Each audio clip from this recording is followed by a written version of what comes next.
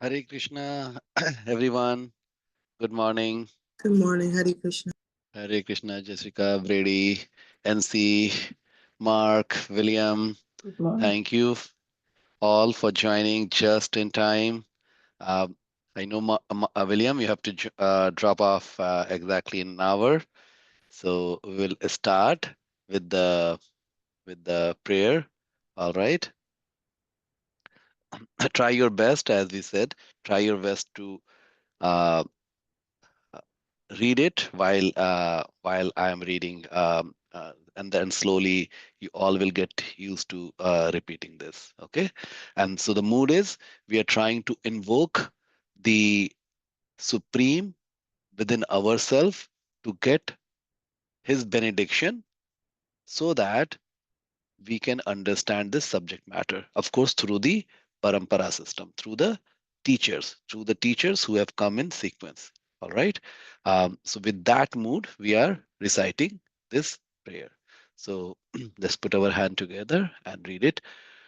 Om Ajnana-timrandasya Jnananjana-shalakaya Chakshurulmitam yena Tasmai Shri Gurave Namaha Shri Chaitanya Manobhishtam Sthapitam yena bhutale Swayam Rupa Kadamaham Dadati Swapadantikam Vandeham Shri Guru Shri Uta Pada Kamalam Shri Gurun Vaishnavamscha Shri Rupam Sagrajatam Sahagana Raghunathan Tam Sajivam Sadvaitam Sadbhutam Parijana Sahityam Krishna Chaitanya Devam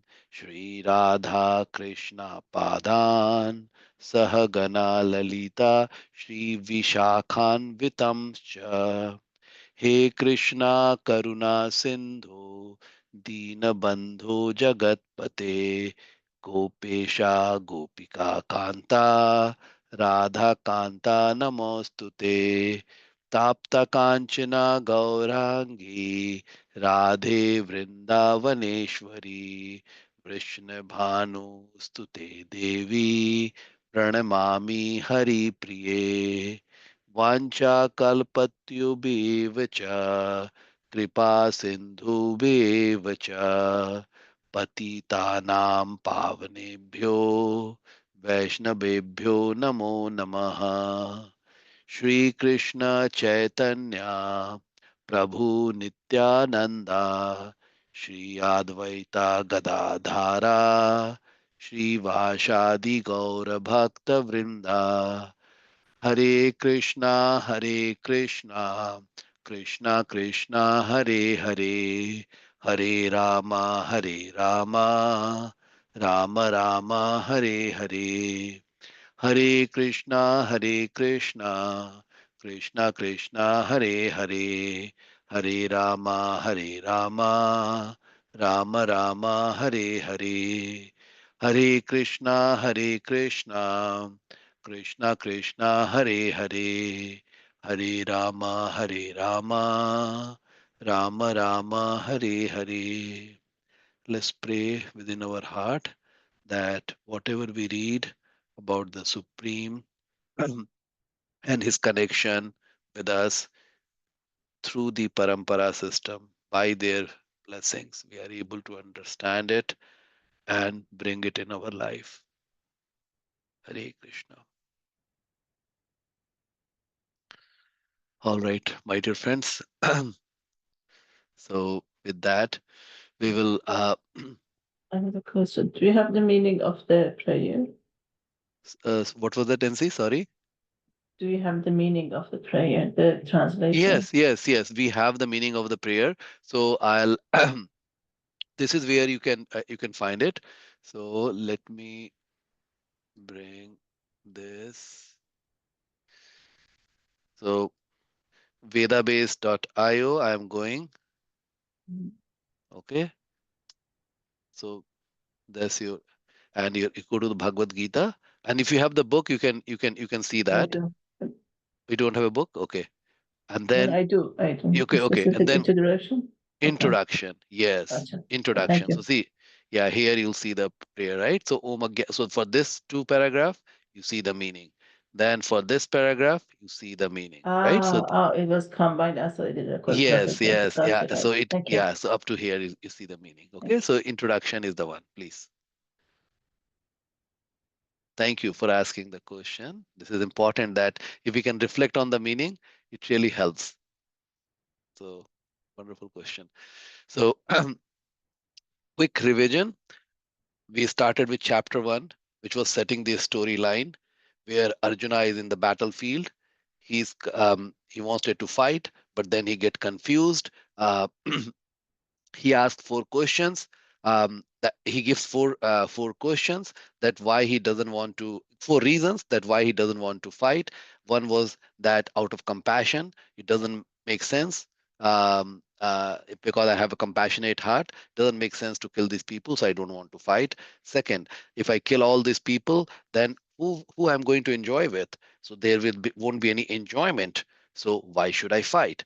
Third reason, if if I fight and kill all those people, then I'm going to get sin, because killing humans is, or any living being, will lead to sin. Then why should I fight? Fourth, if I kill all these grandfather, all the traditions will be broken and the women will get polluted. And due to that, if the children who are born, they won't have any value system. So whole society will be corrupted. Why should I fight? 4 reasons he gave. Okay. Now chapter 2 begins. Chapter 2, for the first time, Krishna speaks, right? And he says he says that what has happened to you, why why you are not fighting. Okay, now before that we talked about, because here it starts with Shri Bhagavan Uvacha, right? It says Shri Bhagavan Uvacha in the first verse. Now of chapter 2. What does Bhagwan means? So we talked about Bhagwan by definition has these 6 attributes in full, which is all wealth, all strength, all fame, all beauty, all knowledge, and all renunciation. So if anybody who claims that they are Bhagwan, we have to see, do they fit in this bucket? Do they have all those things? If they have, then they should be considered the Bhagwan. If not, then they are just making fool of us. Okay, so we went over that. Then the mood, as because see chapter 2, that's where the Bhagavad Gita is really starting. These are the words which is being spoken by Krishna. Now what should be the mood? And this is the mood what Arjuna came into, right? How you see in verse 7 of chapter 2, he submitted and say that, oh, I am your servant. I want you to be my teacher. I have lost all my mental composure. I cannot understand what decision I have to make. Please teach me. So initially, whenever we are going to the school, we trust the teacher, right? We don't have the relationship with the teacher to know whether the teacher is really knowledgeable or not. Over time, as the teacher is giving me the knowledge, I will be able to practice it and then see, oh, the knowledge which teacher has given me all makes sense. It works. So with the same mood, we have to approach the Bhagavad Gita, that, Krishna is the Supreme Personality of Godhead. Let me try to understand what he is telling. And then as I am learning with that mood, then this book is going to reveal the knowledge by which we are going to get the practical realization in our life. Okay, so that is the mood we also talked about for studying Bhagavad Gita. Then, as Krishna say, Arjuna is telling, Krishna is telling, is this a correct place and time? In mind, Arjuna is thinking, oh, that's my passion, right? So that Krishna is telling, oh, that's weakness of heart. Um, so I will quickly go. I won't go because that will much take time, right? So of course he was in indecision, um, and he said that I don't want to fight because it's a loss situation. If I win, it still is a problem. I lose, of course, I'm going to die. And if I not fight, then I have to beg, right? Which is very bad for the Kshatriyas. Kshatriya is the fighting class. Um, and then he said, I'm not going to fight. Okay. Now, after that, Krishna, from in the true sense, start speaking Bhagavad Gita from verse 11, right? From verse 11 of Bhagavad Gita, chapter 2. And the first thing he does, he gives the knowledge of the soul. And that is very important because see, the decision which Arjuna was making from the platform of he being the body and everybody else also being the body. To understand that we are more than the body. Body is important, right? But there is a bigger factors which are in play, which is the soul. That the soul is eternal. It always exists, never die. And that's what from the verse 11 to 30, he gives the Atma Gyan. Atma Gyan's the knowledge of the self, the true self, who we are truly. And that is a very, very important factor. Okay. So that's where I start. The three very important words which try to, as we talked about, try to meditate on that, which is verse 12, you, me, and all assembled are eternal. So we are all soul. Okay. Then verse 13, bodies goes through the phases. It goes from just boyhood to the old age and then die and then it repeats. Okay. Then the third is the happiness and distress are like a summer and winter season. They come and go. What we have to do, we have to learn to tolerate. Tolerate is a virtue that doesn't make us weak. That shows that we are much stronger. So ability to tolerate provocative situation is not a sign of weakness, but a sign of greatness. It needs lot of inner strength to tolerate provocative situation. Okay, practical advice. Whenever these things happen in your life, try to delay your response. And it has worked wonder. If you feel that somebody's hurt you, somebody is misbehaving you, they have been totally wrong, and they all those things, situation may happen in your life and it must have happened. Do not react. Do not react immediately. Respond in a nice way. Wait for it, analyze on it, wait for 3 days, 2 days, then you think what do you think is the right response if you're becoming too angry that time. Okay. Now from 14 verse to 30th, he gives the characteristic of the soul, and we summarize this in this slide, all the different characteristic. And as you read, it cannot be cut, there's no death, no birth, it cannot be wet, the wind cannot do, nothing can do it, right? So there is no death for the soul. Soul is eternal. That's the conclusion. This is the most important part. This is the life changing knowledge. If we can remember it and reflect on it, the decision which we are going to make in our life will be very different what we used to do based on the body. So from the body perspective, we think that, oh, somebody is abusing me, they are not respecting me, they are not being good to me, right? And then we react, but then we start thinking, I am the soul. The body is just like a dress. Other person is a soul. We are in this situation because there is some bigger purpose by the providence. Let me understand that. The person is not bad. The behavior of the person can be bad. Okay. So we don't endorse the bad behavior, but we don't hate the person. So that's the paradigm shift in our life. We should always remember because now our identity has changed. We are the soul.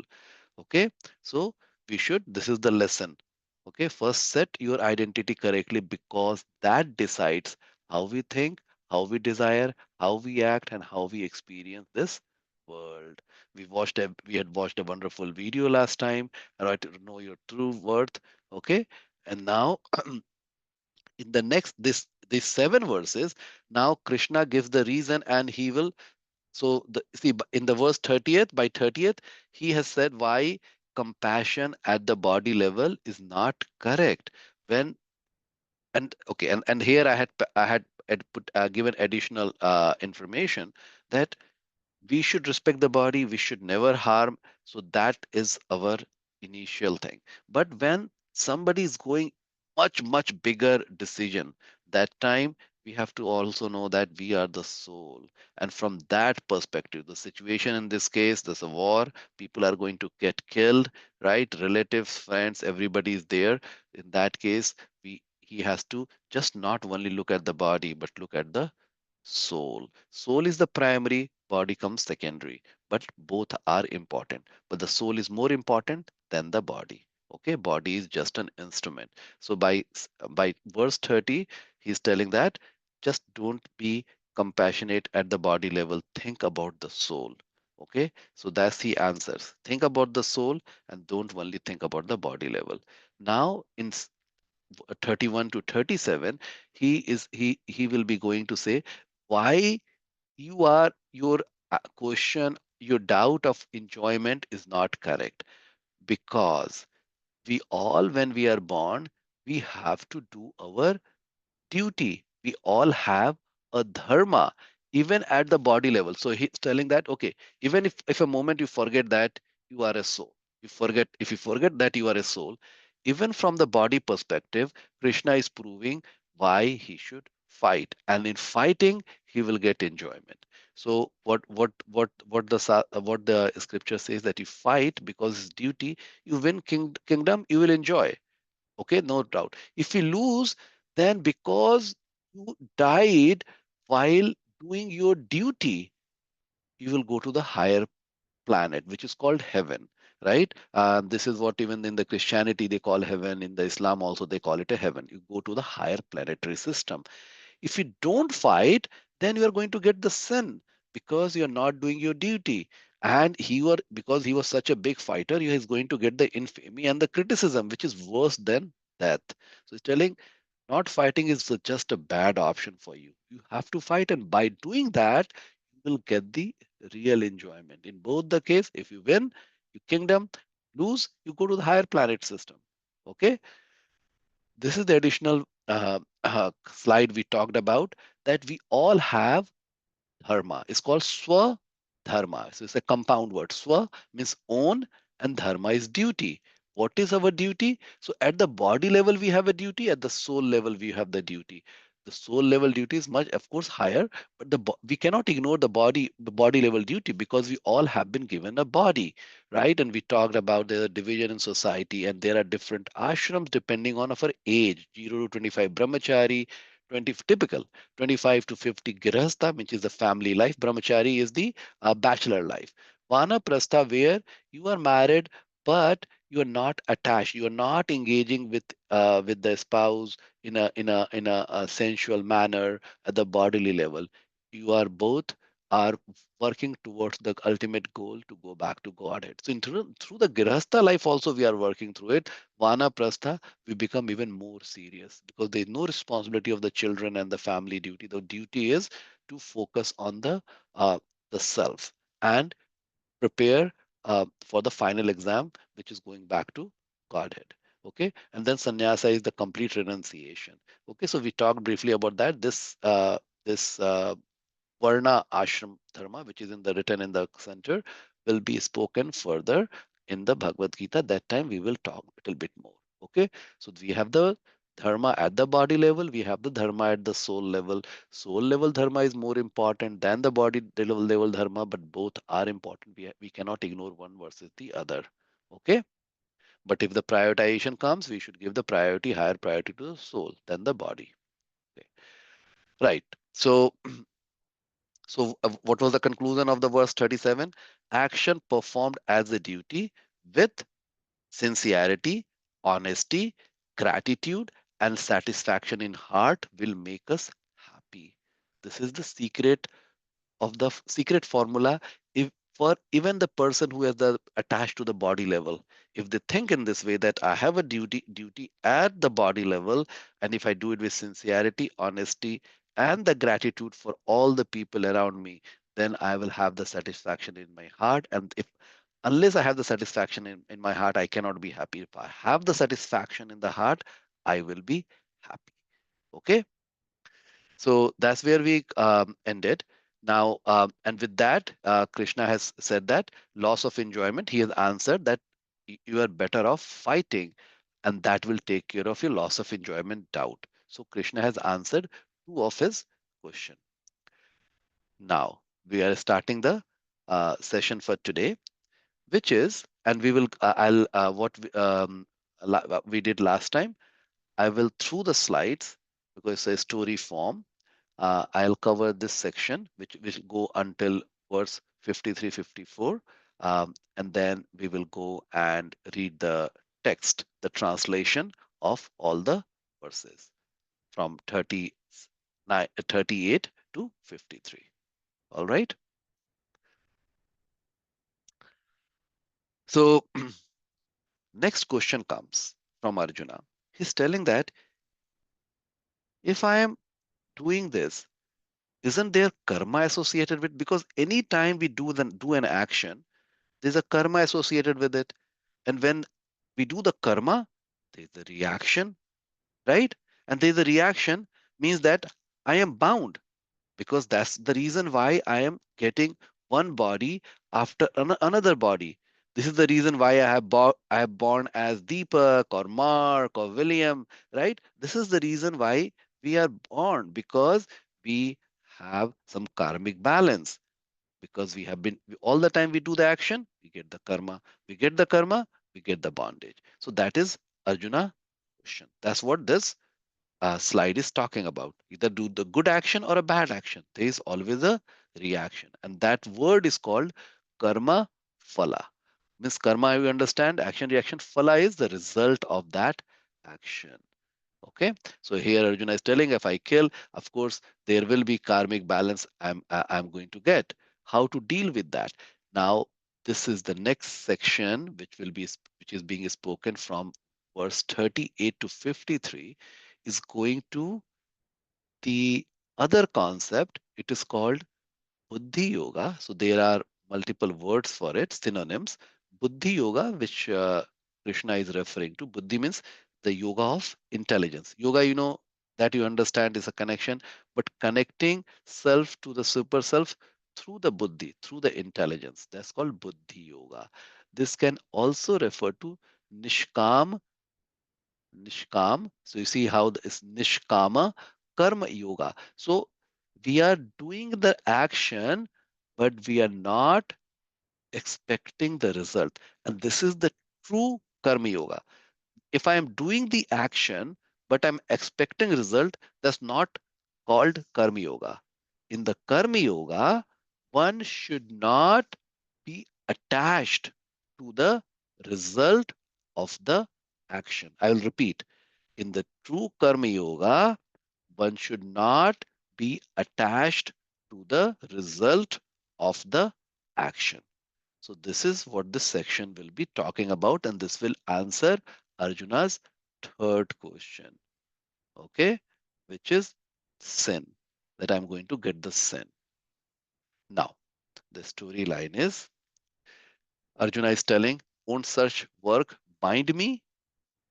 And here Krishna is telling, fight for the sake of fighting, because that's your duty, Arjuna, without considering happiness or distress, loss or gain, victory or defeat, because the right thing is do right things as a matter of duty. So we have to do right things as a matter of duty. If we work like this, then there is no sin. So when we do our duty based on the kind of body what we have got, then we don't get sin. So very good learning. Okay. So you are born we all are born in certain family. We have some familial relationship. We are working in certain settings. We are in a society in certain way. We have certain duty, and we have to understand, right? That we are not thinking from the level of body, because when we think from the level of body, then I will become selfish. Now we have to think from the level of the soul. They all people around me, they are also soul. I am also soul. What is the right thing to do? And from that perspective, we are doing our work. That's called duty. And when we do our duty without getting attached to the result, then there is no sin. Now, so this is going to, as I said, this is going to answer the fearful of sinful reaction. So only work, not good. Only spiritual knowledge, not good. There is a balance. Okay, there is a balance. So 11 to 30, as I talked about, spoke about the knowledge of the soul, right? It talked about the knowledge of the soul. 31 to 37, it talked about the karma, action as a body. Now, here from 38, he's going to be talking about if you fight with detachment, not thinking whether I'm going to win or lose, but because I have to fight, because that's the right thing to fight, because these people are on the other side, they are not following the rule of dharma. So, as a fighting class, I have to fight with them to bring the rule of the land. Okay, much bigger fight. It's not the fight for me, it's the fight for the society because that's the right thing to do. In that case, no sinful reaction. So, prescribed work with spiritual knowledge. So, he has got the spiritual knowledge, which is I am the soul and I have the duty. So, two things he has learned: I am the soul and I have a duty. So, and my prescribed work is to fight. So, with those two together, he has to do his karma. Okay. Now, we all can. This is a practical here, right? We all can. Doesn't matter whether we are a waiter or paramedic or dentist or secretary or soldier or pilot or Catholic man or fireman, engineer, doctor, whatever, right?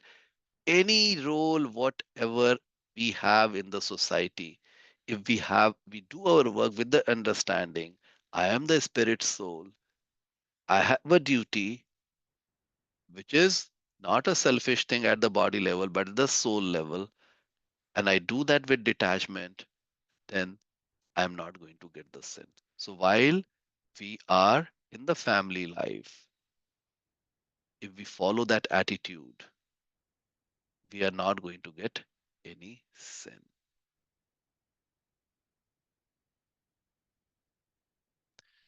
So Buddhi Yoga word is used, which is synonym to Nishkama Karma Yoga, which is do the karma but without being attached to the result.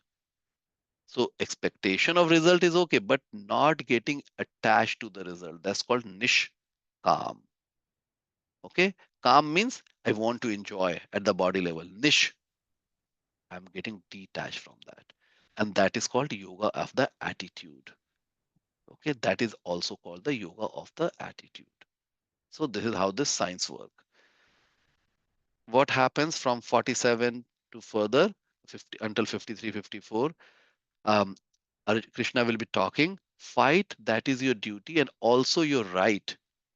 This is a wonderful verse. We'll go and analyze further. And remember, the result aren't yours. All right.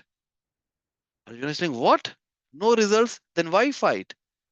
Why? Because it is your duty, Arjuna. Okay, this is your duty. So you must do it. Hold it tight.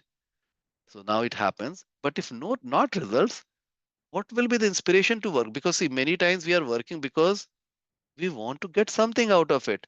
Then what is my inspiration? Why should I do this work? So there are two things. We can get inspiration derived from the purpose of action. Purpose of action is, see, I have been given certain aptitude by the manifestation, by the providence, by the supreme, whatever level we think of. Okay. And that attribute has been given to us. If I do that, there is a purification of heart. There is experience I'm going to gain, right? Gaining wisdom. Through the process, I'm going to get the wisdom. And that is going to bring enrichment of love and devotion within me to the Supreme, to the Lord. So there is a purpose of action that will give the inspiration. Right now, by attaching to the result of action, which is becoming my inspiration, is causing bondage. And when I get the success, then I feel pride. When I get the failure, I feel disheartened, right?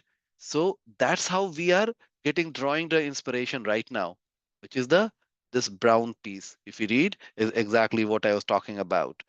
But we have to shift from there and bring it our inspiration to the purpose of action.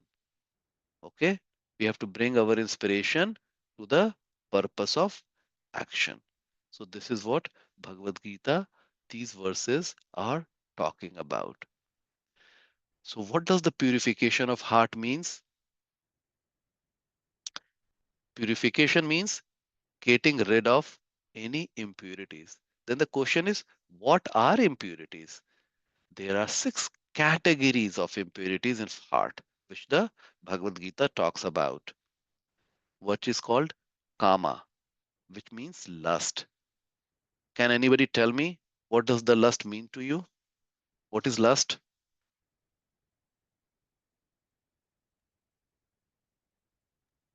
It's desire. Desire to enjoy at the body level, right? I want to enjoy. That is called lust. So even think that's a love, right? That's a love because husband wife come together or the partners come together, a loving intimate partner comes together, and that. But I'm looking at my body. That's from the physical level. But even at the more subtle level, I want this iPhone. I want this Samsung phone because I want to enjoy. I want to enjoy that thing. I want to enjoy the people. I want to enjoy the thing. I want to enjoy the thought. I When I becomes the center, that's called lust. So that is a impurity. Krodha, that's the second thing. Anger. We all understand. Anger again can be used in a right way. We as we go into Bhagavad Gita, we'll talk how the anger can be used in a right way. But most anger, the kind of anger we do, which is at the bodily platform, is wrong. It burns us. It just burns us. Whenever you see you have done anger, and and you become very angry, you get the headache. You don't feel good. It's just a bad feeling altogether. Lobha, it's greed. I want more. I want. I'm not satisfied. I'm not satisfied.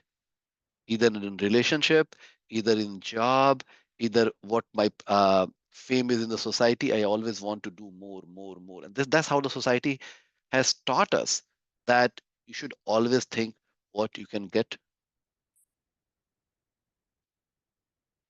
The third is moha, illusion. We think that whatever I am doing is right. We have our own frame of reference, our own, from the body perspective, and we think we are right. But when we start looking from the soul perspective, hey, I am thinking this way, other person has also have the soul, that person is thinking from that way. If we try to combine, let's say if I had a power, magical power, I can enter into Brady's body and I can think that what Brady is thinking. Now, let's say me and Brady has some issue with each other. Now I would understand how Brady is thinking, and his thinking might be very different because he brings from the different cultural background. The way he thinks is very different than how I think. If I know that, then suddenly my shift it will shift. Oh, Brady is thinking in a right way from his perspective. I am thinking in a right way from my perspective. But we bring the perspective together. Voila! Now I don't see a problem. My horizon has opened up. So that's called illusion. Most time, and this is the power of Maya. The word you have heard Maya, the how the 3 modes you have heard in the three. Can anybody does anybody remember what are the 3 modes? Passion, ignorance, and goodness. Wonderful. Good job, Jessica. Yes, passion, ignorance, and goodness. These are the 3 modes. They cause illusion. Okay. So as long as we are in this material manifestation and thinking from the material angle, which is from the bodily angle, I and mine angle, I will be controlled by these 3 modes. If I start thinking from the soul perspective, I start behaving from the soul perspective, and I make action from the soul's perspective, then what will happen? I will transcend. I will go above these 3 modes. And that's our goal, interim goal. Because we want to get what is our ultimate goal? What is our ultimate goal? Union with the divine. Yes, love of the Supreme, love of the Godhead.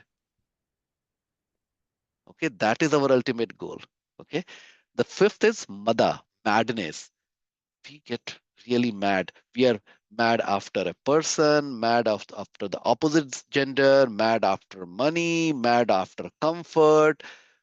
We just get mad, like just total madness. The life is, people are just running. Like, so, right, a Republican, Democrat, Republican are mad. Oh, this our thing. Democrat are really getting hurt. Oh, see what Republicans are doing.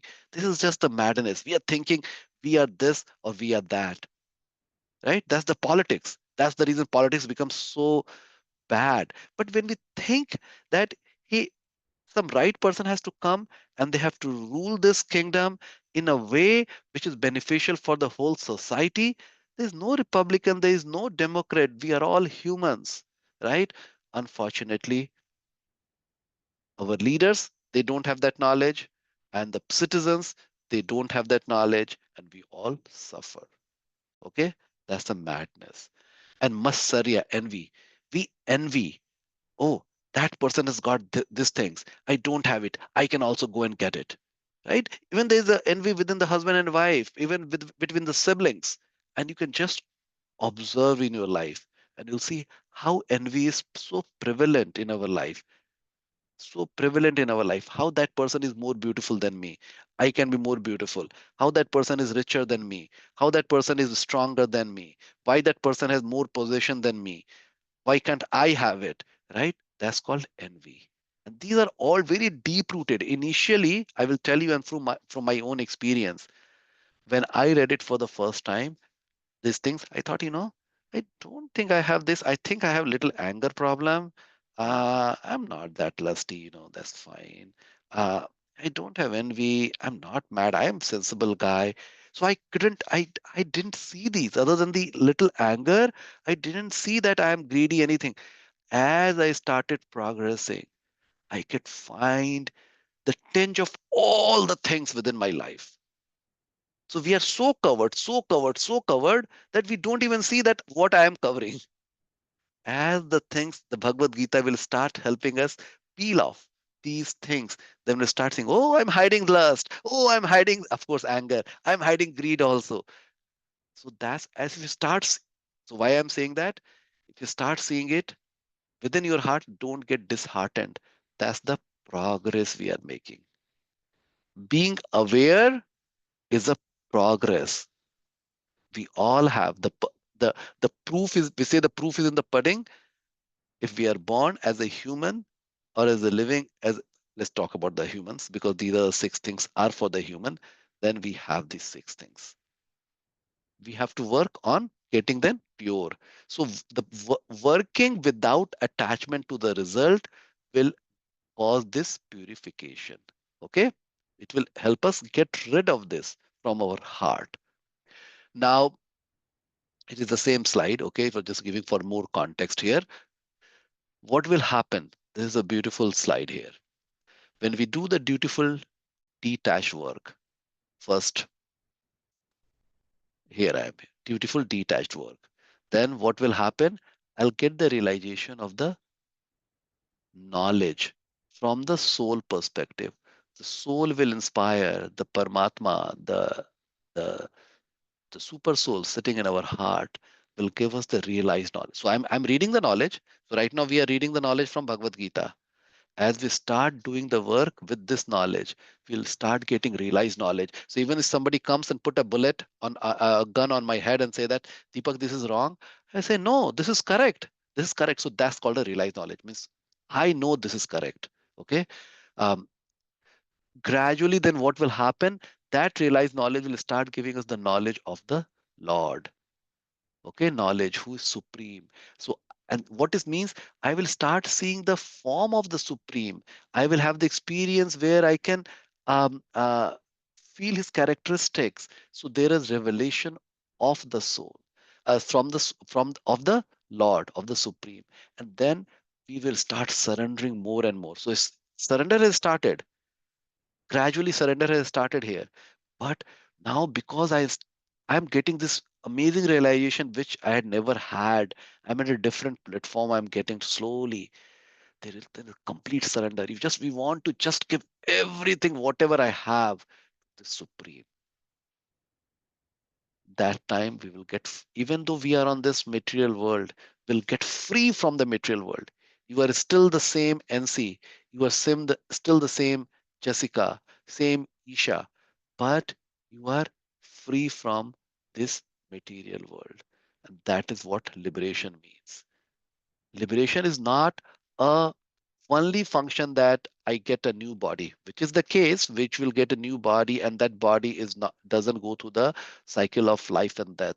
But one can get the liberation on this material planet if one start living with that attitude, which these verses are talking about, and that's called Buddhi Yoga, or Yoga of Attitude, or Nishkam Karma Yoga. So I conclude this section here, okay? Um, and we will go to reading the verses. Any So question? you said so it's Nishkam karma. It's the same, right? It's karma yoga. Nishkam Karma Yoga, yes. Okay. And Nishkam Karma Yoga is the true Karma Yoga. If anybody you say Karma, when you say Karma Yoga, the Nishkam should be understood that there is no attachment to the result. So is there two different, or is it the same? It's the same. Okay. So if I say um, if I say I love you to my wife, which means that there's an implicit word. I'm going to do whatever it takes to satisfy you. I will wash wash the cloth. I will wash the utensil. I will cook for you. Whatever is needed to make you happy, I'm going to that. So that's implicit. The word love, those actions are implicit. Are you with me, Jessica? Now, Yes. if I say karma yoga, the nishkam, which is not getting attached to the result, is implicit. Are you with me? Yeah. Okay, so that's the reason why these are synonyms. So nishkam karma yoga and the karma yoga are kind of synonym. But many times when people think of karma yoga, they don't think of the nishkam. So that's the reason why we are adding this understanding before that and saying that the nishkam karma yoga is the pure karma yoga. Okay, so that's the reason why they are being synonym, because in one there is a more emphasis on the nishkam karma yoga, nishkam word within the karma yoga. So the nishkarma is the purification. Yes, that is one which does the purification. Okay. Okay, any other question? Yeah, I got one here. I Yes, just didn't Mark. understand the two of the terms we were talking about. The madness seems very similar to anger to me. Is that something like addiction? Yeah, so the anger which is completely out of control. So there's a anger, and then where people start throwing stuff, this I will kill you, now that's madness there. So in the anger, still you are thinking, I have got angry. So there's a state when you are angry, I'm getting angry, I'm really angry, I'm really angry, and then you are speaking loudly and this, but then at certain point of time you're not thinking, you're totally out of control. That state is called madness. Okay, so they're like different stages of a similar emotion. Is that what Emotions, we're saying? yes, And yes. then the other one I didn't quite understand is this illusion. Is that like, I mean, some things we do illusion, like watching a movie or reading a book. But like, Mhm. is that similar, or how would you define Yes. illusion? Yeah. Illusion means something which is not, right? That's what the definition of the illusion is. Something which is not. Now, movie, that's a very simple example, right? I'm in a virtual world. That's a very simple example. But then people start believing in it. They are living their life within the virtual world. Similarly, in our real life, we are in illusion because we are making the decision thinking at the bodily level, right? And that is an illusion, because when we are making the decision like that, we are not thinking the complete picture. And that is all illusion, right? That is the power of those three modes of nature, which is causing illusion within us. So that's what it is referring to. Okay, yeah. Thank you. Thank you for asking that question. Any other question, my dear friends here?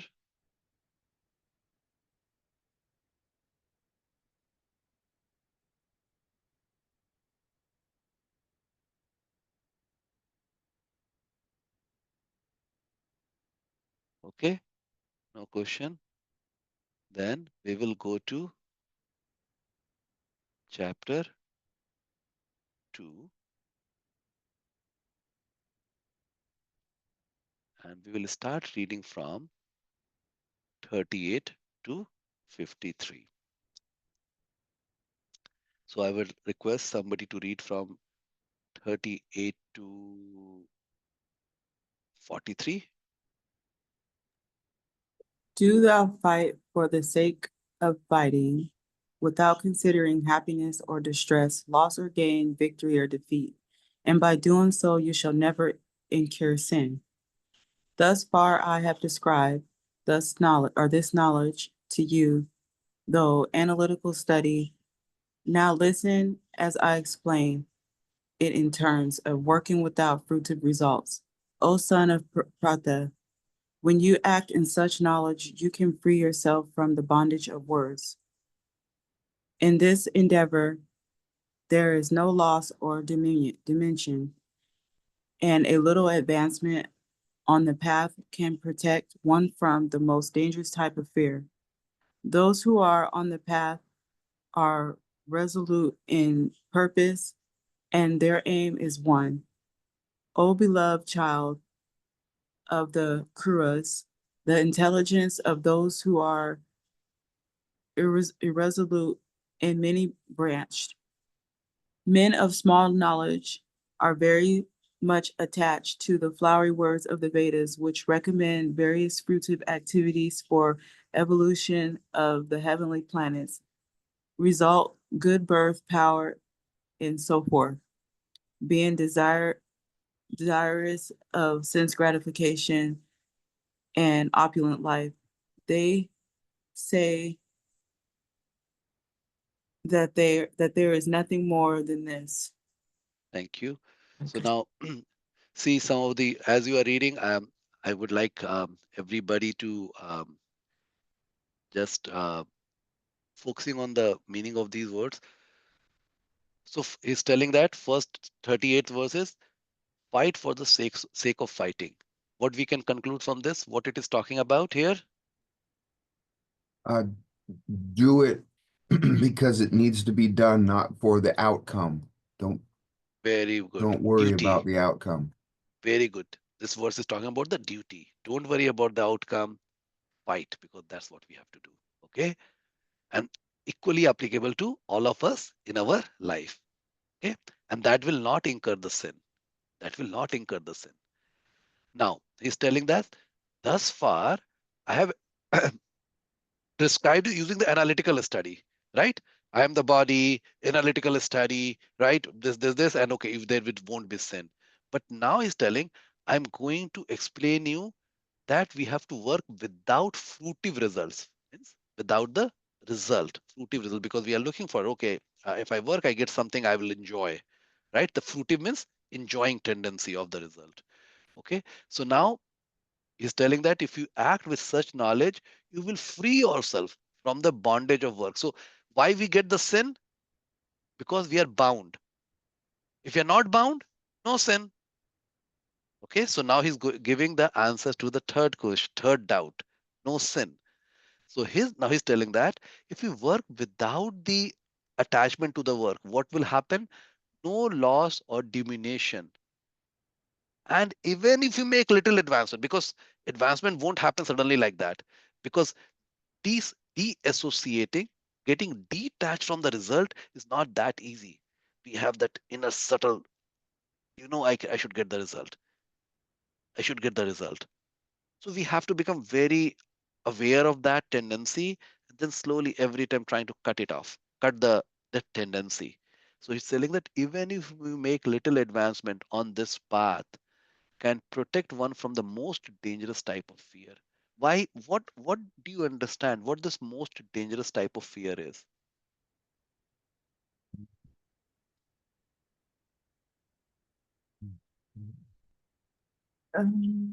Was it death? Sorry, Would it be death? it is a fear of failure. Of Failure. course, you have fear of failure because see, when I'm attached to the work, I'm going to get success or failure. Success or failure. I'll fail, man. I failed. I failed. My marriage is broken. My relationship is broken. My business is broken. My job is broken. Like, this fear is there all the time. But I'm not attached. I'm doing it for the sake of doing it. I have to love my spouse. I have to love my partner. That is my duty. I have to take care of her. I have to take care of him. I have to do my work. I have to do my business because that is what is required, right? Of me. Then I am looking in the process, not on the result. Then there's no fear. You'll become fearless.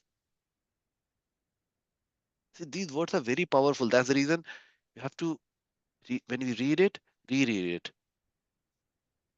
And I'm able to describe it because I'm reading the Bhagavad Gita maybe now eighth time, 10th time, while during as a part of my teaching, right? Maybe several times I've heard those. Slowly these things open up. These things will open up. Okay? So read it. Again, go and read it. And then think about it. The text 41. This is a wonderful verse again. Those who are on this path are resolute in purpose, and their aim is one. Who this is talking about? Those who are on this path, for who it is talking about? Devotees? The people who are walking on this spiritual path understand that I am a soul. What is my duty? What is my dharma? So the people who are the seeker, who are the spiritual seeker, they have their, and then they become very resolute. I really need to understand this. Human life has been given to me. I want to make sure that I understand it. I have a full determination. So it's talking about those people.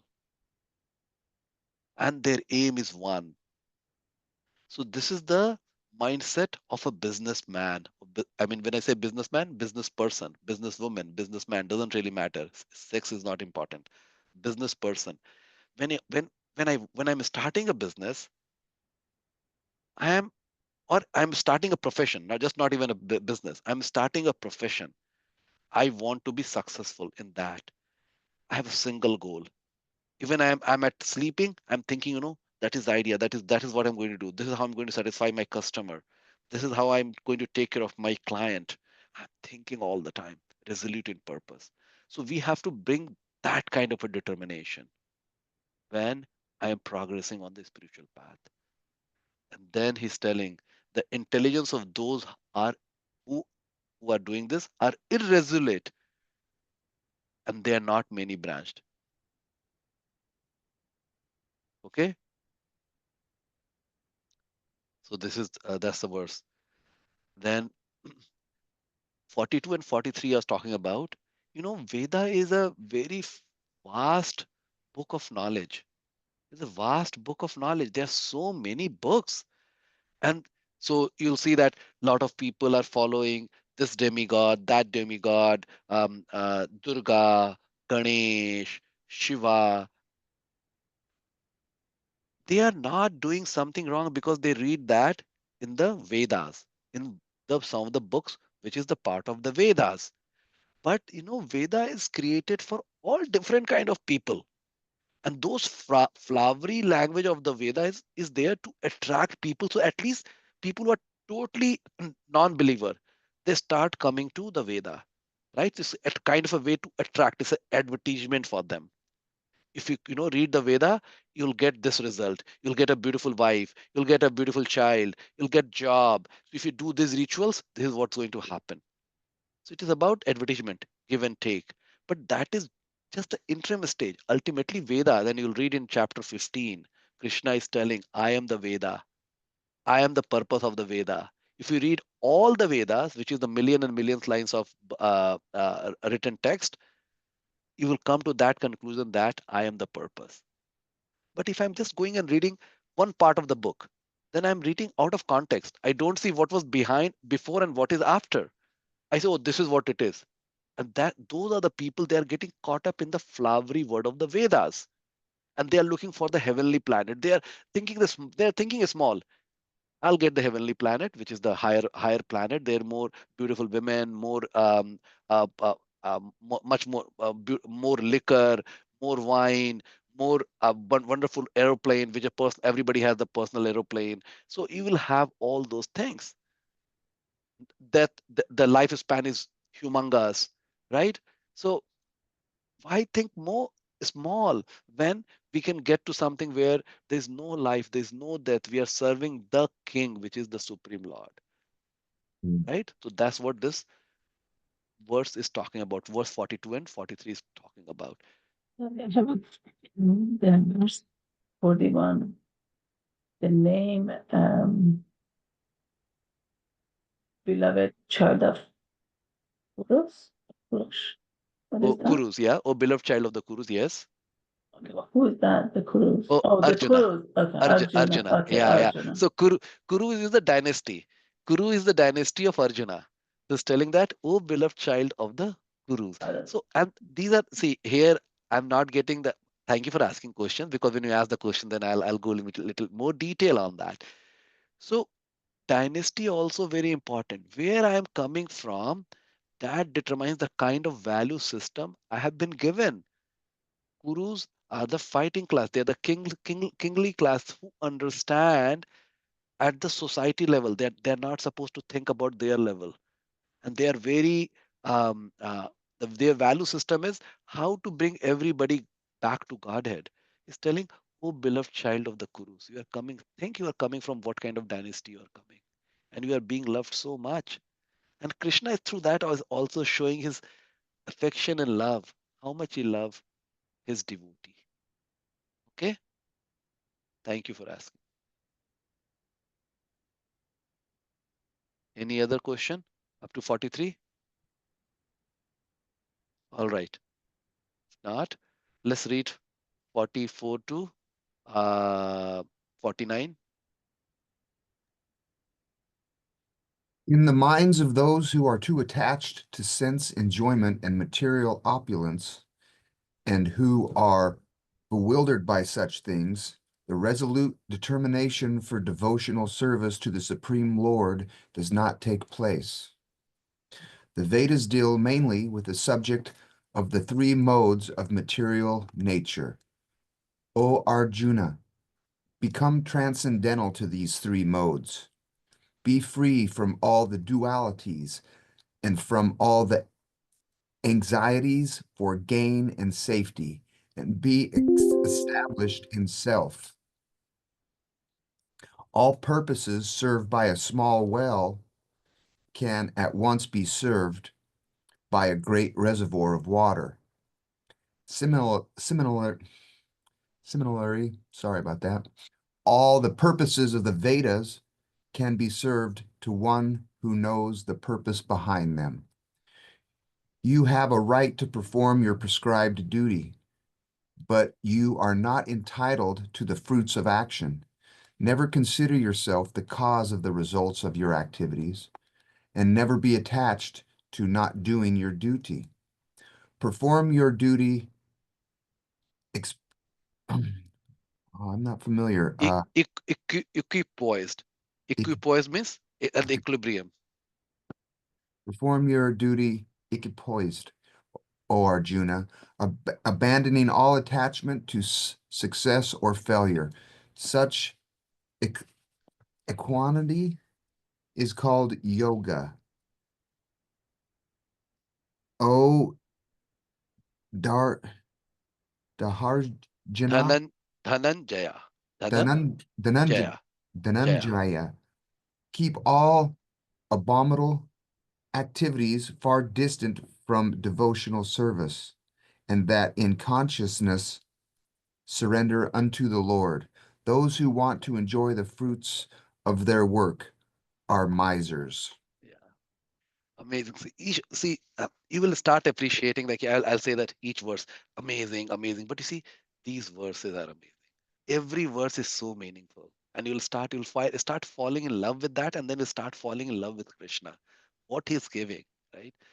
So now, in the minds of those who are too attached to sense enjoyment or material opulences, are bewildered. So when we are too sense gratifier, then we get come into illusion because we are looking, oh, if I get that beautiful girl from the men perspective, if you get that beautiful girl, my life will be great, man. Women will think the other way around. That powerful, handsome guy, they will think like that. It's an illusion, right?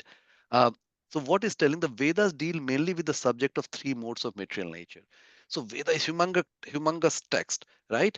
So the Vedas mainly deal with that how to elevate people in the material life. Next, next, next, next. But ultimately, it is, and that is the later verses, which is ultimately to take them transcend those three modes. Okay, so Vedas deal with the material nature in general, and they are talking mainly of the three modes. Okay, but he's telling get free from that duality. And so duality and anxiety comes when I think about myself, me, I, and mine. What is in it for me? So I can win or lose. But when I'm thinking at the soul level, everybody is a soul. There's a single goal for that. There's no duality in that case. Okay. So when there's no duality, there won't be any anxiety. There won't be any fear. And we are always thinking gain or safety, whether I'm going to get something out of it, whether it's a safe thing to do or not. So we are always thinking I and mine. Okay. So that's what he's talking about. And then he's telling that 46, all purposes served by a small well can at once be served by a great reservoir of water. Why he's saying that? What this metaphor is talking about? That it doesn't matter how much you have as long as you have what you need. That's one meaning. So you see read the second sentence. Similarly, all the purpose of the Vedas can be served to one who knows the purpose behind them. Why these Vedas has been written? Veda has been written to bring people slowly to the higher, higher, higher, higher, higher, to the ultimate height, right? That is the reason why Vedas has been written. And if I'm just going and reading the slice of a Veda, I won't understand it. I'll get bewildered. Oh, Veda is telling this ritual, let me go and do this ritual. There's advantage in that. But if you understand the purpose of Veda is ultimately to go back to Krishna, so he's telling that similarly, all the purpose of the Vedas.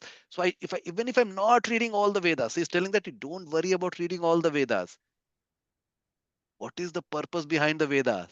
Purpose behind the Veda is you have to come back to me. Right now, in this context, he hasn't talked about come back to me. I'm talking about the chapter 18 now, right? So far, he's telling that do the work without being attached.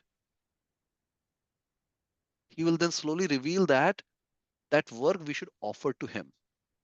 That should be our attitude. So if we understand that purpose, then I don't need to read the Vedas because instead of swimming in the small swimming pool, I'm going to swim in the ocean. If I'm a good swimmer, I'm going to really enjoy swimming in the ocean, right? If I'm just, there are 100 million swimming pool, I'm going to swim in all the swimming pools. One way of thinking. If you just go and swim in the ocean, you'll get the same thing, right? Or all the different, let's say they are different kind of a swimming pool. This swimming pool is this big or this kind of a thing. Let's say there is something like that. If I go and swim in an ocean, I get the benefit of all. So that's what he's talking about, using the metaphor. This verse, I'll go to the verse itself here. Okay, so I clicked on that. So this is a very famous work. You'll see a lot of yoga teacher also uses this verse to make the point. Uh, so it says karmanye evadikaraste. So again, karmanye. I'm just trying so that slowly you'll develop the uh, uh, um, appreciation of reading Sanskrit also.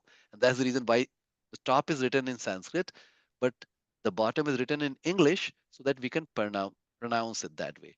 Kar, so I'm breaking it. Kar manye, eva, di, dhi, di, ka, K-A raste. Eva di ka raste. Karmanye eva di ka raste. Ma falesu. Falesu. Falesu. Kada chana. Ma karma fala hetur bhur. Me te sango stav. A karmani. When we read it beautifully, karmani vadikaraste ma phalesu kadachana ma karma phala heturbhur ma te sangostav akarmani. And then the word by word translation. Okay? And here you have a right. So see how we all have a right to prescribe our prescribed duty. Part 1. There are 4 sentences here. We all have a right to perform our prescribed duty, but we are not entitled to the fruit of action. We think, oh, if I'm doing this work, I should get an action. We are not entitled. That's how the manifestation has been created. Okay? There is a purpose behind it, why this manifestation is created that way, which is to ultimately teach that here we cannot be satisfied. We have to go back to the Godhead to get satisfaction. Okay? If we are here working at the level of the body and thinking that I want this, I want that, I'll get unsatisfied. As long as I'm after the fruit, I'll be unsatisfied. If I get deassociate, detached from that, then I'll start getting the satisfaction. So 2 part. You have a right to perform your prescribed duty, number 1. You are not entitled to the fruit of action, number 2. Number 3 is never consider yourself the cause of the result of your activities. Wow. We think that I did it. I did it. It will be further elaborated. So I am a doer, one of the doer, but there are other doers also. Who are the other doer? I'm just going in summary so that I'm not leaving the open big question for you. Okay. In summary, there is other colleagues, other people who are working with you. The kind of situation we are, it was a favorable situation. All the dependency of your projects are being removed. The things, let's say some of the paperwork, if you're working in government, you are applying for the government permit, the right kind of a politician were there in power, they approved your paper, right? So the situation was such, all those things are helping me to get the kind of result I'm getting. I'm not the only doer. I'm young, so I can work. If I become old, maybe if I'm in a construction business, or if I'm an athlete, I may not get the result. Young athlete, they can run faster, they can jump higher. 50-year person cannot run faster than them, than the 30-year person, right? So I cannot say I didn't get the result. So there are so many favorable factors which works to get me the result. So I'm not the only doer, but what our tendency is, I did it. I made it happen. So third thing is, do not consider yourself the cause of the result of your activities. And that's the number 3. And number 4, never be attached of not doing your duty. So you'll say that, oh, if I am not going to get the result, I am not responsible. Why I should not? Why should I do my duty? It's like, no, you don't have that option. You have to do your duty. If you don't do your duty, you will be miserable. So even after people say after retirement, we retire from professional life. In a true sense, we never retire in our life. If we become like bedridden, then I'm sick, right? If I say that I'm going to just sleep, read newspaper, and I'll get bored. And then from there I'll get sick. So as long as we have this body, we have to keep moving it. We have to keep doing our work. So remember this verse, you can just type it, put it on your wall. Okay, you have a right to perform your duty, not entitled to the fruit of action. Number 2, never consider yourself the cause of the result. Number 3 of your activities, and never be attached to not doing your duty. And you said the Use purpose, oh, sorry. Go ahead, Jessica. You said the purpose of us not being entitled to the fruits of our action is to show us why we're not supposed to be here. I was talking about the purpose why this manifestation is created, where how the manifestation is created, that the rule is I'm not entitled to the fruit of action. right? There are various other factors which is coming in the result of my activities. That's how the manifestation is created. So manifestation is created. So we learn through our experience that this is not the place where I belong. Mm. As Okay. long as I'm in this material world, I'm thinking from the material angle. Material angle means I and mine. I am a body. I will be in misery. I'll be going through the problem. Okay. So that's once I start getting that realization, then then we understand. So I was telling the ultimate purpose. The ultimate purpose of this material manifestation, why this material manifestation is created in this way, is to learn from it and go back to Godhead, which is the spiritual world. That was the context I was talking about. Okay. Got it. Any other question? So verse 47, okay? Then words, perform your duty equipoised. Equipoised, if you can look into a dictionary also, without getting disturbed. Equilibrium, right? Equilibrium. So because the duty has to be done, it has to be done. And then he's telling abandoning and abandon and how I should do my duty, abandoning all attachment to the success or failure. And that work is called the yoga. That is called yoga. And Dhananjaya is referring to Arjuna. Dhananjaya means the person who has won all the uh, wealth. So Dhan is wealth. Jaya, who wins it. Okay, so he's telling that you have won all those wealth, then you can win over this. Why? See, it's a comparison. See, not every time Krishna is referring him as Arjuna. Sometimes he says, "O son of Pṛthā." Sometimes he says, "O loving son of Kuru dynasty, Kurus." Now he's referring him as Dhananjaya. The name has meaning. These are not just a mere name. Name has meaning. Okay, so Dhananjaya, the person who has won over all the wealth, you can win over the abominable activities. So if you can win on the wealth, you can also win on the abominable activities. How? By devotional service. Devotional service means working for the Supreme Lord, understanding what my duty is. And if we work in that consciousness and then we surrender to the Lord, then we get the ultimate benefit of this life. And then he's saying, with beautiful sentence again by Prabhupada, the way he translates, those who want to enjoy the fruits of their work are misers. Now tell me, why somebody who wants to enjoy the fruit of their work are considered to be miser?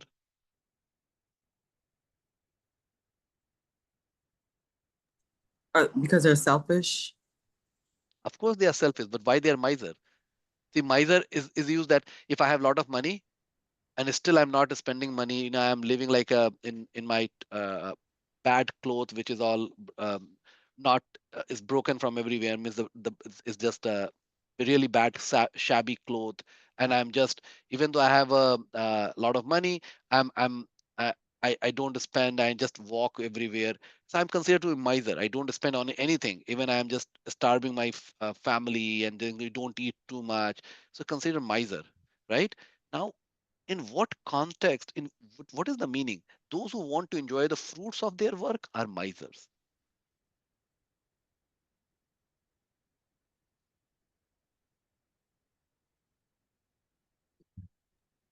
To the result. Is it something that is like attachment to the results of the Yeah, duty? so see, when I'm attached to the result, I'm getting. Sometime I'll get the result, what I'm expecting, sometime I don't get the result. That's all I'm thinking. I'm like, I'm looking, and when I don't get attached, what I get? I get the purification, and by that purification, I get the love of the God, and by getting the love of the God, I go back to the God. So if I'm not attached, see the kind of result I'll get.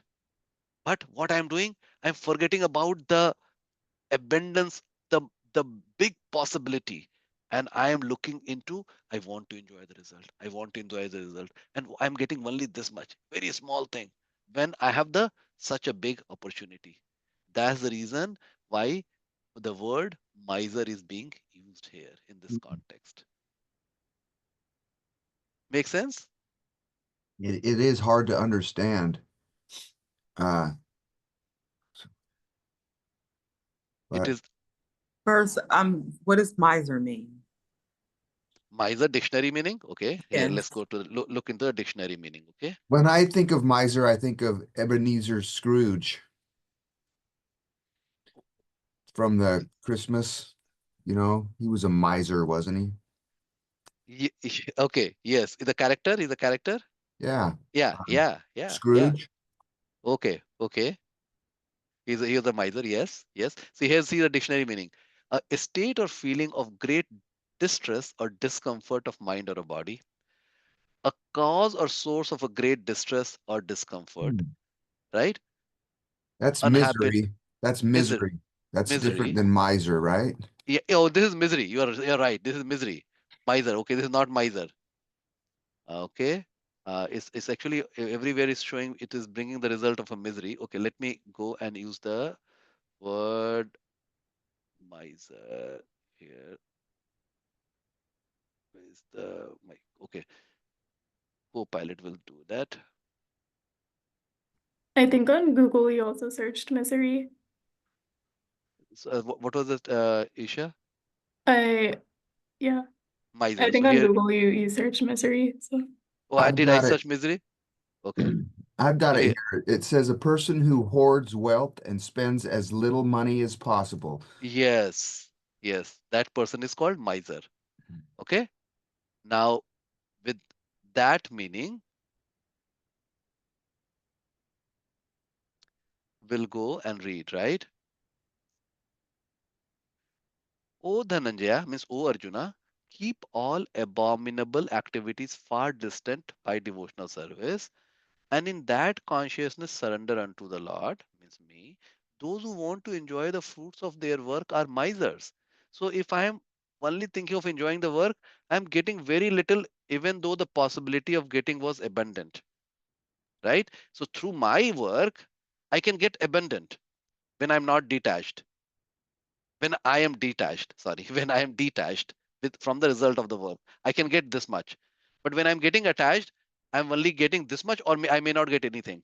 Which is if I don't get the success. So that's the reason he's telling that you have such a big possibility, but you are being miser, right? Now it makes sense. Yeah, so it's kind of saying you should enjoy the work and the effort put in to it just as much as you enjoy what becomes of it. Is that? If we can think that way, we think means enjoy the process, enjoy that you have to do this work. Do not worry about the result of the work.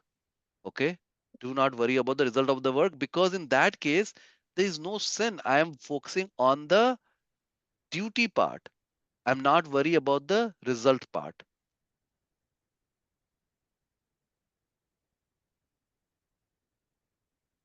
Make sense, Jessica, to you also?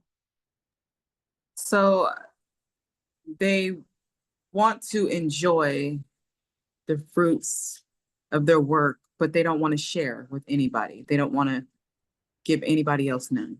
They So want to that's offer the this. that's the meaning of word miser, that I have lot of wealth but I don't want to share. Okay, that's the dictionary meaning of the word miser. Now in this context, I have the possibility to go back to Godhead and love the God. But when I get attached to the fruit of the work, I get very small thing. So my possibility, so you as a businesswoman have a possibility to become the richest person of the world. But you are making a decision by which you are only getting $2,000 a month. So in that context, I can say that your decision was pretty miserly. Your decision was really poor.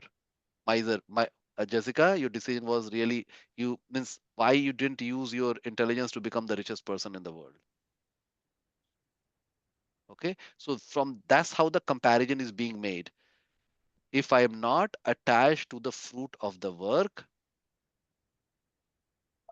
ultimately I will get the love of Godhead, because what it does, if I'm not attached to the, so there are multiple actions, right? Multiple steps. If I do not attach to the fruit of the action, it does the purification of my heart. Number one, when the heart is purified, then what happens? This is the slide. Okay, this is the slide I was talking about. This one. So see, the possibility is if I do the detached work, I get to go to Vaikuntha, liberation, no cycle of birth and death, living with Krishna. That is the, if I do the detached work. If I'm not detached, then what happens?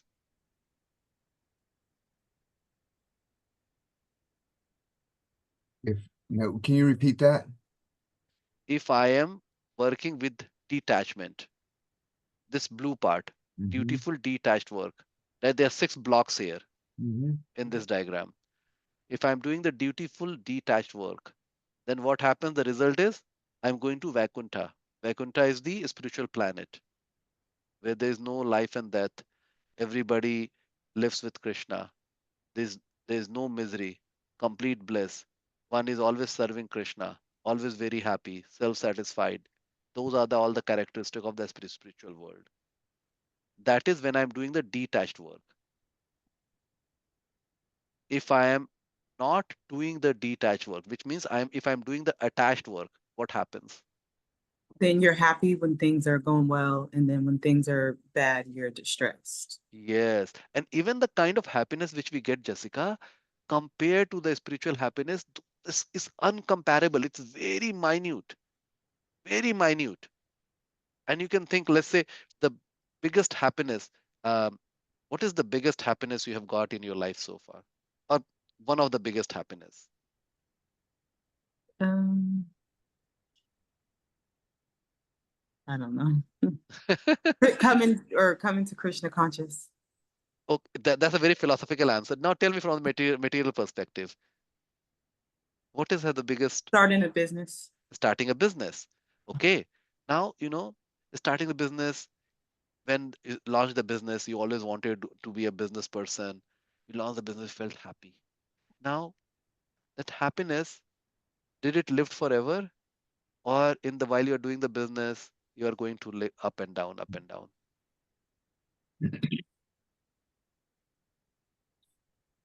The happiness about having the business has always been the same, but it goes up and down when things are not going how I want Right, them right. And there will be a point in your life when you'll say that I hate this business. People get, right? It's become so stressful that okay, I have to do some other business. This is not working out. It is causing a lot of pressure on my family life, on my life, right? So the happiness what we derive from the material things is very small.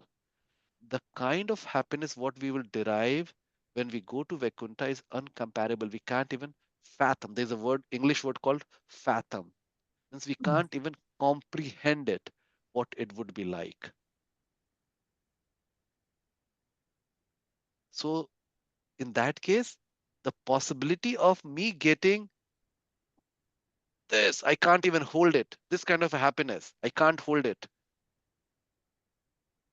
And I'm going for this much of a happiness. And that's where why the word miser is being used.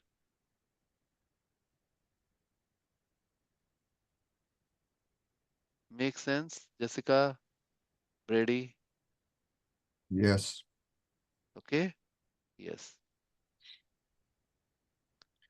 Okay, so now 52, 53. Anybody would like to read it, please?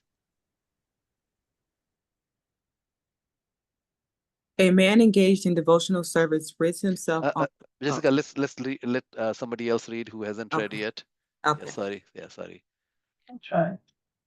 Yes, NC. When your intelligence has passed out of the dense forest of delusion, you shall become indifferent. Which verse you are Oh, reading? I Start from was, 50, oh, verse 50. okay, I read the one, Yeah. that was the 50, right? Okay. A man engaged in devotional service rids himself of both good and bad reactions, even in in this life. Therefore, strive for yoga, which is the art of all work.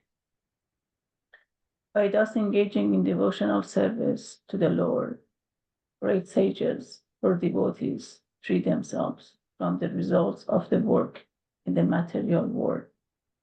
In this way, they become free from the cycle of birth and death and attain the state beyond all miseries by going back to Godhead. When your intelligence has passed out of the dense forest of delusion, you shall become indifferent to all that has been heard and all that is to be heard. When your mind is no longer disturbed by the flowery language of the Vedas, and when it remains fixed in the trance of self-realization, then you will have attained the divine consciousness. Okay. So see, from verse 50, um, if one is engaged in the devotional service, which is the working for Krishna, or when we are doing our duty without being attached, then we are not getting caught up in the good or bad reaction, right? And that is through striving for the yoga, and that is the art of all work. So what is the art of the best art we can do through the work, which is not working because that is my duty and not getting attached to the work. That is called the art of all. Okay, so this is called art of all. And then if we are doing this by thus engaging in devotional service like this, great sages, so just not even just telling, forget about the ordinary soul, even the great sages, they free themselves from the result of work, so they get out of the bondage of this world. So if the great sages can do it, then we can also do it, right? So that's what is telling. And then and in this way we will get free from the cycle of birth and death. And then and what will, by getting free of cycle of birth and death, that's great, but where do we go? We go back to Godhead. And then when our intelligence has passed out the dense forest of delusion, so right now we are in a delusional state. Delusional statement, we are under the purview of Maya, which is we are thinking in terms of I, mine, right? Once we understand how to work, which is Krishna has described, that time our intelligence thinks, I have to work because that is my duty. I have to work for that purpose. And I understand what is the true intent. Intent is I am a soul, all other people I'm interacting with, they are also a soul. There is a super soul within me, and with that motivation, with that attitude, I am working. That is the right kind of intelligence. If I'm doing that kind of intelligence, then I'm not under the delusion. Means I'm not under the power of Maya. And in that case, you shall become indifferent to all that has been heard and all that is to be heard. So, what is telling that? In that case, we become, we are not in. If somebody tells, if in the past somebody has told me bad things about me, I think why that has happened, why that person said me that thing, or in the future also people are going to be saying good thing or a bad thing about me. And when that happens, and if I'm attached to the body platform, I will feel sad or happy. But if my intelligence is fixed, that who I am a soul, I have a super soul in my heart, I'm just repeating, right? With that kind of if I have that kind of intelligence, these happiness, so-called happiness and distress won't bother me. Okay, that's what this verse means. And when he's saying your mind is no longer disturbed by the flowery language of the Vedas. So here is one side, even from the material perspective, what is telling that we can come out of it. Even telling that in some people, they are attached to the Vedas, but they are getting caught up in the flowery language of the Vedas. And when they get caught up in the flowery language of the Vedas, they are thinking, if I do this ritual, this is the benefit of that. If I do that ritual, that is the benefit of that. And I get unnecessary, get caught up in this, right?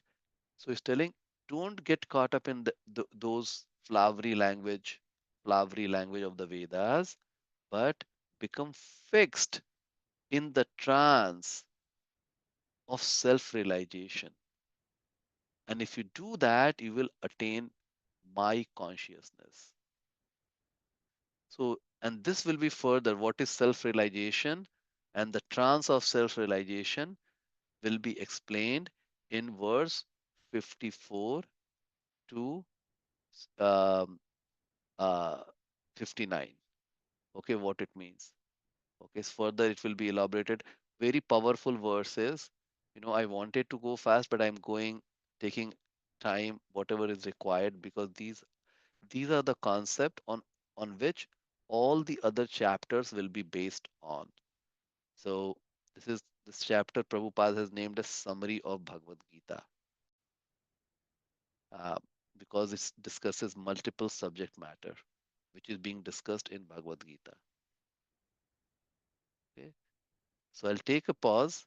We have covered up to verse 53 today, from 38 to 53, about 15 verses we covered today. Uh, any question, any thoughts? Are you guys following the subject matter? Yes. It says here this meeting is being recorded. So can we watch this again, like on YouTube?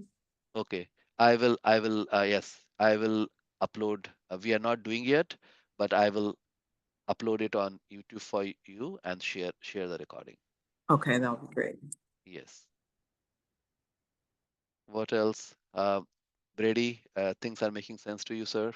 Yeah, I tried to review this multiple times before today, and I feel like I've got a good grasp of it. I've gone through the entire uh I've gone through all 18 chapters in the past, and I had forgotten how much good stuff there was in chapter 2. I tend to, once I've gone through it, I tend to skip over some of the first chapters and go more to like specifically like, well, 13 through 18. But it was a good reminder how important it is. And it's funny how sometimes you can, like, I get tunnel vision and I'm like, well, everything I need to know is right here in chapter 2. So I really I was left with a greater appreciation again of chapter 2. So Thank you. The sentence you made a sentence that what all I need is this is chapter 2. That's a wonderful, accurate sentence. If I understand chapter 2 itself and I stop there and don't read the other chapter and apply in their life, our life will be successful. And you will feel the same thing for each chapter, by the way. But chapter 2, like it is the summary of Karma Yoga, summary of Jnana Yoga. It will cover the little of Ashtanga Yoga, very little, and very little of Bhakti Yoga. It covers all those. Okay. So thank you, Brady. NC, are you following Sorry, everything, sorry, whatever yeah, we studied today? yes, I was on mute. Yes, yes, I am. Okay. That's Okay. actually it's a very good chapter. Thank you very much. Yes. Yes. Thank you. Thank you. And Mark? Yeah, it's good to hear um these ideas, and I mean, I think it's like having Krishna as a friend. If you were Arjuna, right, having Krishna as a friend is very supporting as a person of Arjuna. Like, I feel like having someone like that in my life would be very supportive. So I mean, just hearing this story between those two people is one thing. But yeah, applying it in my life is different. I've never been on a battlefield situation, but I'm sure if I were in such a situation, that having such a friend will be very useful. So I think, Yeah, so see, Krishna through Arjuna is speaking to all of us, and we are not in the battlefield like Arjuna, but we are in the battlefield of our own life. Our life, we get different situations where we may need to make decisions. We get confused, and these principles which are being talked about are equally applicable in our life, right? So when it can be applicable to a very difficult situation, why it cannot be applicable to our life, which is less difficult than Arjuna's life? Okay, yeah. so that's what Bhagavad Gita can give us. And I know that, Mark, you have read through all the Bhagavad Gita with Parth, um, but Mhm. every time I'm pretty sure as you are reading, you will be getting the new layer of understanding. Yeah, and like, I mean, one thing I want to work on is my memory. Like trying to remember everything that was said in the Gita is not possible for me It's at not this time. possible. Like, yeah. Yeah, yeah. So It reviewing it is very important, I think, Yeah, after. it's every time you read, every time I read, every time I am teaching, I'm learning something new. Believe me or not. Believe me or not, I learned a lot every time I am teaching this subject matter because the new knowledge is being revealed to me by Krishna. Because one thing I control is the sincerity in my heart. If I am sincere in my heart, I really see when I come here, I truly feel that Prabhupada, Krishna has been so kind to me. They have given me this opportunity to distribute this pure knowledge to all of you. I'm not fit for this. I'm very fallen. That's the attitude, right? But Krishna has given me this opportunity. And with that attitude, if I come and discuss this subject matter, the Bhagavad Gita reveals new meaning to me. Then I am able to share those meaning to you, even though I'm not reading the purport. I'm only reading the translation. Purport has lot more meaning, because Prabhupada is a pure soul. He puts lot of things there.